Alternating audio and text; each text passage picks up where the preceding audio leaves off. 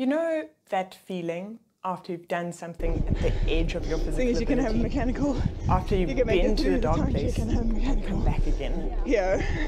When you And are they still have to in the go. light, but all you have to show for it is a body that doesn't want to move and a brain that's still foggy. And we've from got a man exertion. with No, you don't. You came here to ask me what to do after a hard run.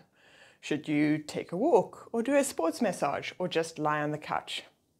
You are tired and broken and you've just done something really hard and you want to give yourself the best chance to recover quickly. Oh, right. Well, then you probably shouldn't watch my video on the dark place either. So just ignore this little link over here. But anyway, the principle is the same, whether you have just completed an ultra endurance event or a hard training session.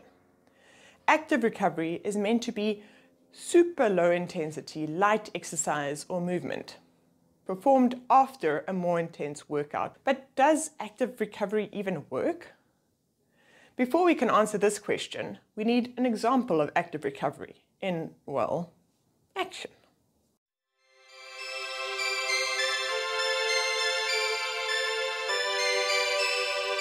The journey of recovery can be clearly seen after the Rift gravel race I recently completed in Iceland. After the Rift, I engaged in lots of active recovery. The day after the race, I felt fine, but I was tired. I tired easily and my brain was definitely not as sharp as it usually is. On that day, we went walking on the amazing black volcanic beaches and took lots of photos of the amazing basalt columns that are formed when lava cools slowly underground. This was a super low intensity walk, not by design, but by necessity.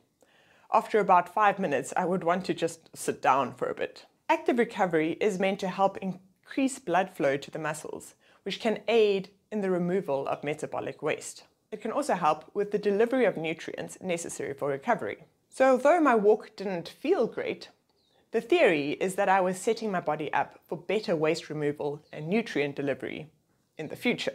I stopped a lot to take pictures of the beautiful environment or touristy selfies and kept the exercise part of the walk very light. The next day, I felt less tired but more sore. The delayed onset muscle soreness had kicked in full force. Active recovery is meant to help alleviate muscle soreness and stiffness, but apparently gentle beach walks aren't a silver bullet that magically cures DOMS. Getting started on our glacier hike was a bit of a mission. I left the bus groaning and moaning, but I was able to hike comfortably at a slow pace. Some studies cite psychological benefits of engaging in low-intensity activities. Active recovery can have a positive impact on mental well-being, reduce stress, and promote relaxation.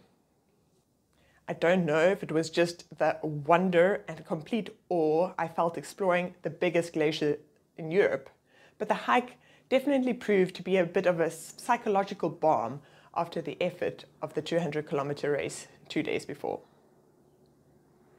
I felt happy and truly blessed to be alive. The aftershocks of the dark place were gently being treated with natural beauty. Being able to explore a glacier by foot, to touch the smooth ice and drink the runoff, was a reminder of all the cool things that are out there, waiting for me to reach out and experience them.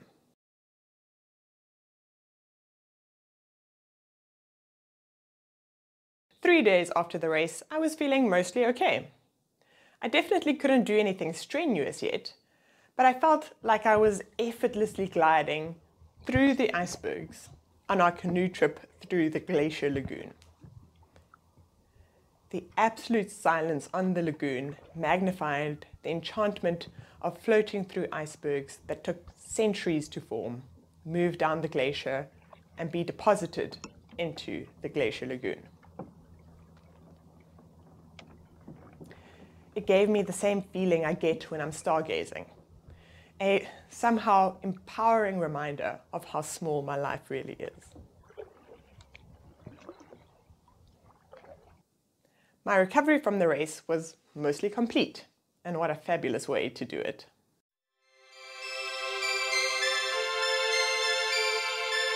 But my picturesque recovery story is not the full story. Does active recovery actually work? Would I have been better off laying on the couch and falling asleep while watching Netflix, like I do every week after my weekly long run? To find out, check out this video, The Art of Fitness. I am the artist of my own fitness journey, and my medium is diet and training, I guess.